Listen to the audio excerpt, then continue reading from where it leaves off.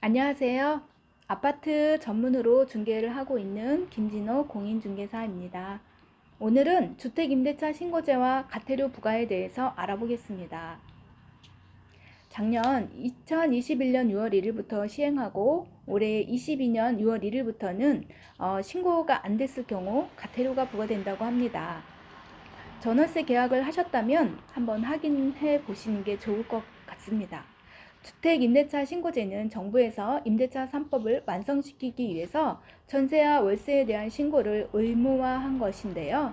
임대인과 임차인 간 주택임대차 계약 신고, 신규, 갱신, 변경이나 해제, 체결일로부터 30일 이내에 계약 당사자가 즉 임대인과 임차인 공동으로 인적 사항 등 임대물 목적, 그 다음에 임대 기간, 임대료, 체결일 등 계약 주요 내용을 신고하도록 의무화한 제도입니다.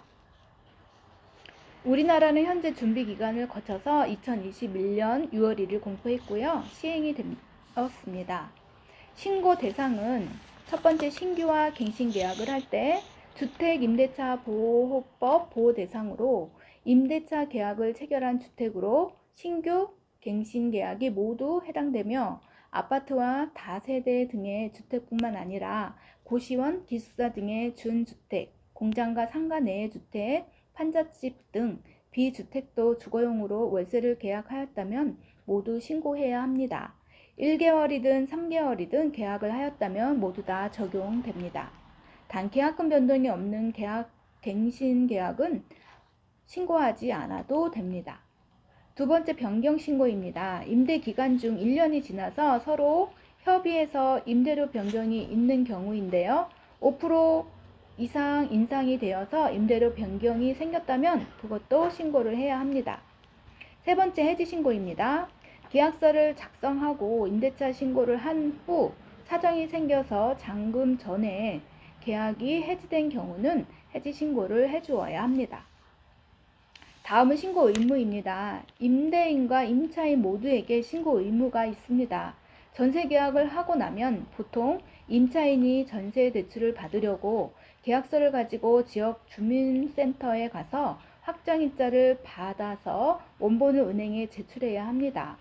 임차인이 확정일자를 받으러 주민센터에 가시면 확정일자를 받고 임대차 신고도 함께 하시도록 부탁을 하면 되겠지요. 그러나 신고 의무는 임대인, 임차인 모두에게 있으니 유념하여 주시면 됩니다. 세 번째, 신고 금액 및 신고 지역입니다. 수도권과 광역시, 세종시, 각 도의 시 지역에서 군 지역은 제외입니다. 임차 보증금 6천만 원, 월세 30만 원을 초과하는 모든 임대차 계약에 대하여 전월세 신고제가 적용됩니다. 대부분 신고 대상자가 된다고 보면 되겠지요.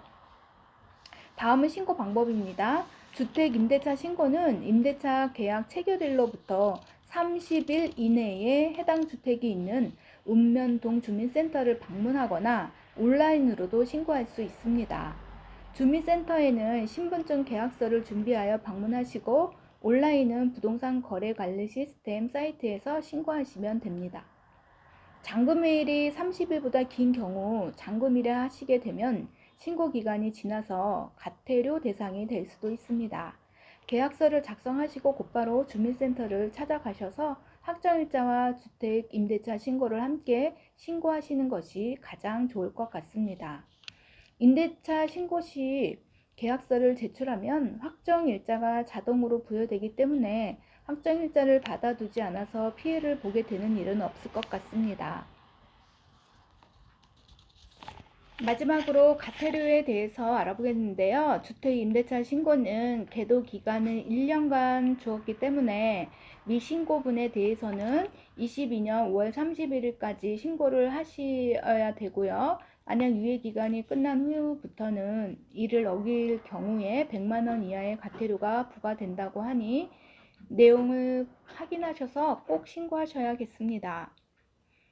미신고, 지연신고 또는 거짓신고 시 100만 원 이하의 과태료가 계약 금액 및 지연 기간에 따라 차등 부과됩니다.